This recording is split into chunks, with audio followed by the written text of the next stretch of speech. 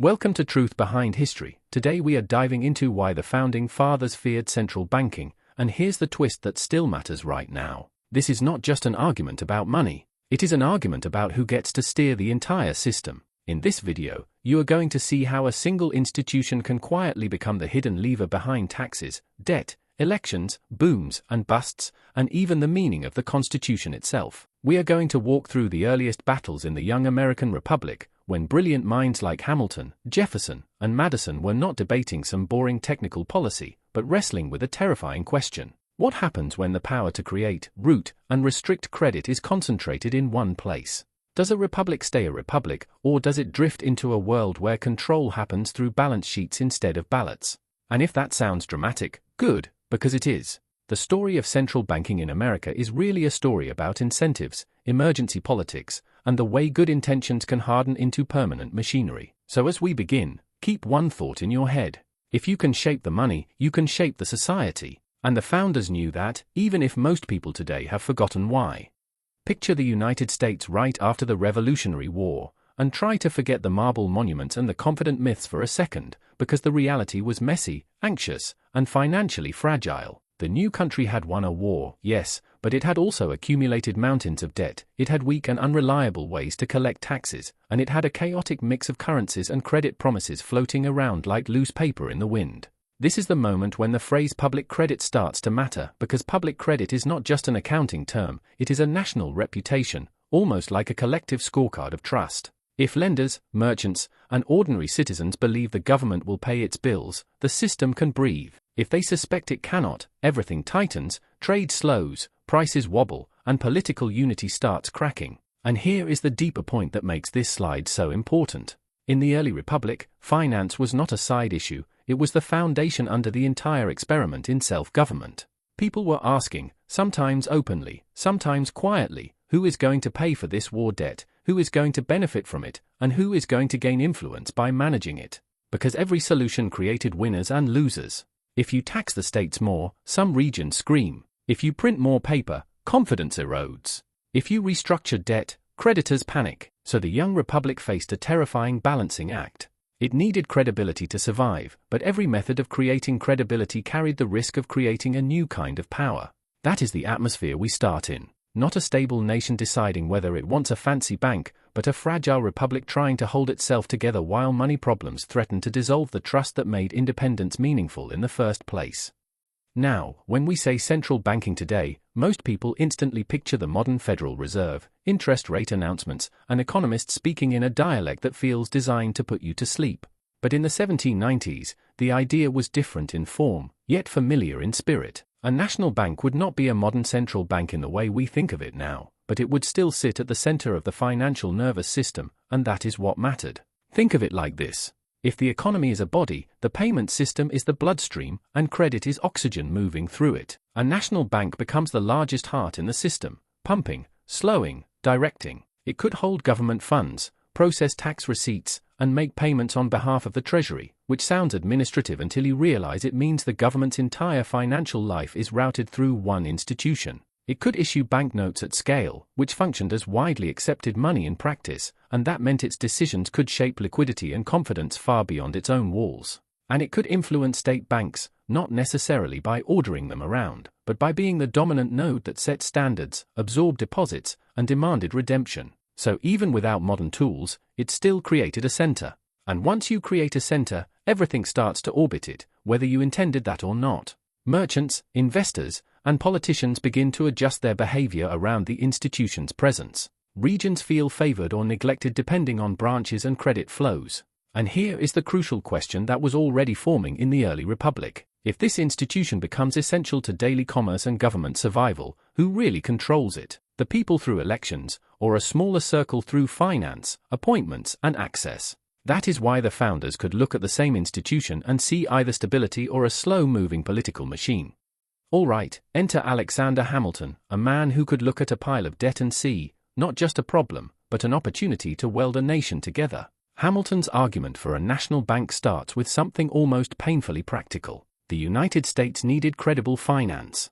It needed a way to collect revenue efficiently, pay its obligations reliably, and convince both domestic and foreign lenders that this new republic was not a temporary rebellion that might fall apart next Tuesday. If you want to build roads, fund a navy, or even just keep the lights on in government offices, you need a system that makes money movement predictable. For Hamilton, a national bank was financial infrastructure, like building a port or a customs house, except instead of ships, it moved trust. Now, his opponents heard danger in that word infrastructure, because infrastructure tends to become permanent, and permanent things tend to become powerful. But Hamilton's logic was that a bank would strengthen public credit, and strong public credit would lower borrowing costs and stabilize the entire economy. Then comes the constitutional argument, and this is where Hamilton becomes truly consequential. He leaned on the idea that the Constitution grants enumerated powers, yes, but it also provides the means to execute them. If Congress has the power to tax, borrow, and regulate commerce, then it must be allowed to create practical instruments that make those powers workable. This is where the necessary and proper clause enters, and Hamilton basically says, look, the Constitution is not a museum piece, it is a functioning blueprint. If a bank is a useful tool for executing legitimate powers, it is constitutional. And behind all of this is Hamilton's deeper bet. He believed that national-scale finance would bind the states to the Union through shared incentives. In other words, money would make unity stick. It is an elegant vision, almost seductive. But you can already feel the tension building, because if you build unity by creating a central financial institution, you may also be building a central lever that future politicians and insiders can pull in ways the designers never planned. That is the trade Hamilton is asking the country to make. Now swing the camera over to Thomas Jefferson and James Madison, and notice how the temperature of the room changes. Where Hamilton sees an instrument of national survival, Jefferson and Madison see a dangerous precedent disguised as practicality. Jefferson's objection is famously constitutional, but it is not the cold, technical kind of constitutional argument. It is a warning about how power expands. He looks at the list of enumerated powers and says, show me where creating a bank appears. It is not there. Then he looks at the necessary and proper clause and says, careful. If a necessary is allowed to mean merely convenient, then limits stop being limits and become polite suggestions.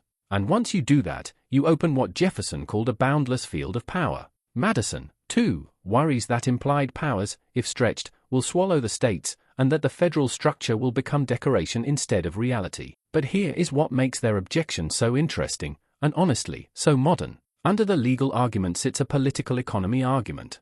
They fear that finance concentrates influence. A bank is not just a building that stores money. A bank is a gate. It decides who gets credit, on what terms, and through what networks. It becomes a place where private advantage can fuse with public authority. And in a republic, that fusion is radioactive, because you can have elections and still end up with policy shaped by those who control the channels of credit and the machinery of payments. Jefferson and Madison are basically asking a question that sounds almost rude, but is essential. Once you create this institution, are you still governing through laws made in public, or are you slowly governing through a financial system that rewards some behaviors and punishes others without a vote ever being cast? Their fear is not just that a bank might exist. Their fear is that the logic used to justify it will be used again and again, each time pushing the boundary further, until the Constitution's constraints become memories instead of guardrails. Now we reach the deeper layer of the story, the part that is less about legal clauses and more about human nature, incentives, and what happens when you concentrate the power to move money. Critics of a national bank, especially in the Jeffersonian tradition, kept circling around three fears, and they are the kind of fears that do not expire because they are built into how people respond to power. First is capture risk. The moment a bank becomes the government's financial partner, you create a natural alliance. The government needs funding and smooth payments. The bank benefits from privileged access, deposits, and influence. And once those benefits exist, both sides have reasons to defend the arrangement, even if ordinary citizens dislike it. Second is credit favoritism. In theory, credit is just lending, a neutral tool. In practice, when credit expands or contracts, it can change who thrives and who fails. If a powerful institution can channel credit towards certain regions, industries, or well-connected borrowers, you can end up with a system where success depends less on productivity and more on proximity to the spigot. Third is debt dependence, and this one is subtle but important. A permanent system of public debt can create a permanent political constituency. Some people profit from the debt being issued and rolled over. Some institutions grow around servicing it, and the government itself becomes accustomed to the idea that borrowing is not an emergency tool but a normal operating mode. So the fear was not merely that a bank would cause corruption like a cartoon villain. The fear was that it would produce an ecosystem where corruption becomes rational, where the incentives gently guide politicians, financiers, and even voters into defending arrangements that concentrate power. And here is the moral question humming behind the whole slide. In a republic, should the most important decisions be made through debate and persuasion, or can they be made quietly through financial leverage, where the consequences are real but the mechanism is hard to see? That is the kind of worry that keeps serious people up at night, and the founders, at their best, were exactly that kind of serious. So what happened when the first Bank of the United States actually came into existence? This is where the debate leaves philosophy class and walks into the real world with muddy boots.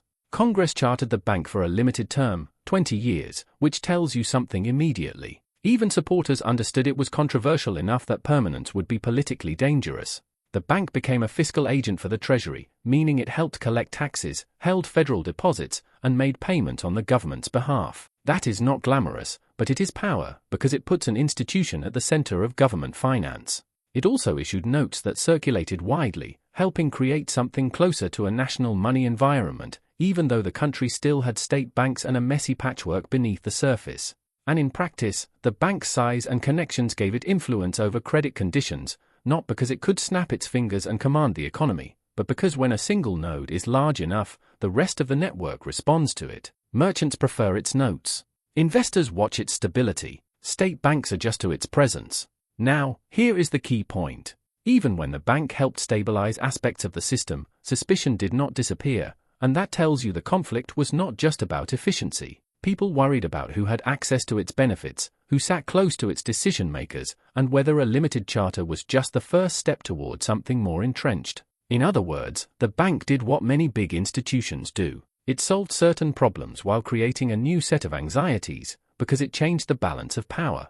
And once that balance shifts, you can never fully go back to the earlier world, because expectations adjust. The economy begins to rely on the institution's rhythm, and politics begins to orbit the institution's influence. That is why the first bank became not a neat resolution, but the opening act of a much longer American argument about money, authority, and the architecture of control. Now we arrive at a moment that feels almost like a national stress test. The first bank's charter was designed to expire, and when that expiration approached in 1811, the country had to make a choice. Renew it, and accept that the institution is becoming a semi-permanent feature of American life, or let it die, and see whether the system can function without that central node. Congress chose not to renew, and that decision is important because it shows how alive the fear still was. This was not a distant philosophical relic. It was a living suspicion that a powerful financial institution, once entrenched, could tilt politics and society in ways that were hard to unwind.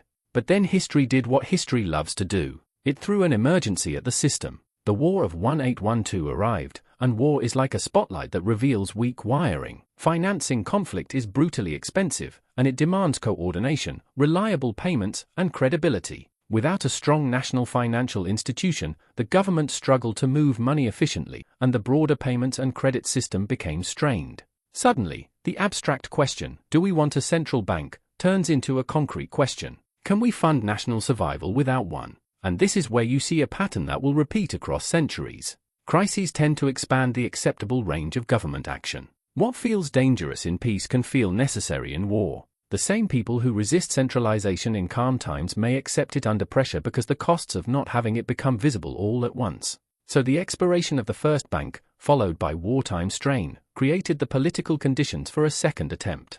Not because everyone suddenly fell in love with banks, but because emergencies reorganize priorities, and the definition of necessary can stretch when the stakes are high enough. Alright, so the Second Bank of the United States is created in 1816, and at first, this looks like the nation learning a lesson. The government wants a stronger financial structure after the strains of war, and the economy is expanding into new land, new markets, new ambitions. But then comes the part that turns this into lived experience for ordinary people. The years after the war saw a surge in credit and speculation, especially in land. Think of it like a gold rush, except the treasure is property and the shovel is borrowed money. When credit is flowing, optimism feels rational. Farms expand, towns grow, investments multiply, and everyone starts believing tomorrow will be richer than today. But systems built on expanding credit have a dark twin, and that twin is contraction. When the cycle turns, when banks tighten, when redemption pressures rise, the same lever that lifted people up can press down with shocking force.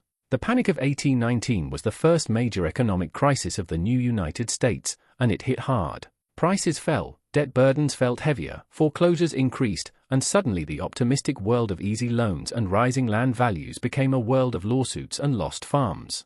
Now, be careful here, because this slide is not claiming the second bank alone caused the panic. Economic crises are rarely that simple, but the second bank became a focal point because it mattered at scale. If its policies expanded credit during the boom, or tightened sharply during the bust, people felt it, and that feeling became political. The bank transformed from a financial institution into a symbol of distant power that could influence local life. Imagine being a farmer or small merchant and realizing that forces far away, decisions you cannot see, can determine whether your loan renews or collapses. That experience does something to a population. It makes the fear of centralized financial power feel less like theory and more like a memory stamped into daily life. Now we pivot from markets back to law, because in 1819, the Supreme Court delivers a decision that quietly rewires the whole debate. McCulloch versus Maryland begins with a simple conflict. The state of Maryland tries to tax the second bank's branch, basically asserting, "We have authority here, and we can pressure this institution on our soil." The bank fights back, arguing that a state cannot control a legitimate federal instrument, and the Supreme Court, led by Chief Justice John Marshall, sides with the bank. The court upholds Congress's power to incorporate a national bank under implied powers, and it limits the ability of states to tax or interfere with it, because, as the reasoning goes, if states can tax an institution like this, they can tax it into destruction. Now pause, because this is not just a legal footnote. This decision matters because it strengthens the national government's ability to create powerful institutions even when they are not explicitly listed in the Constitution. It is a validation of the broad reading that Hamilton favored, and it pushes the constitutional ground under Jefferson and Madison's objections into softer soil.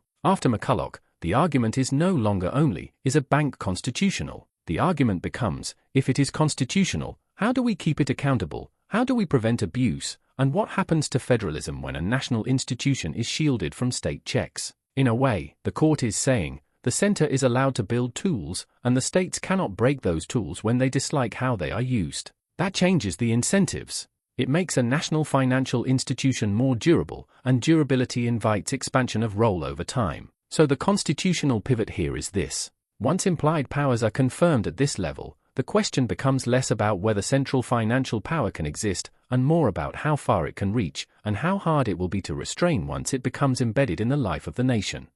Now the fight moves fully into politics, and not the polite kind, but the kind that turns economic policy into a national identity crisis.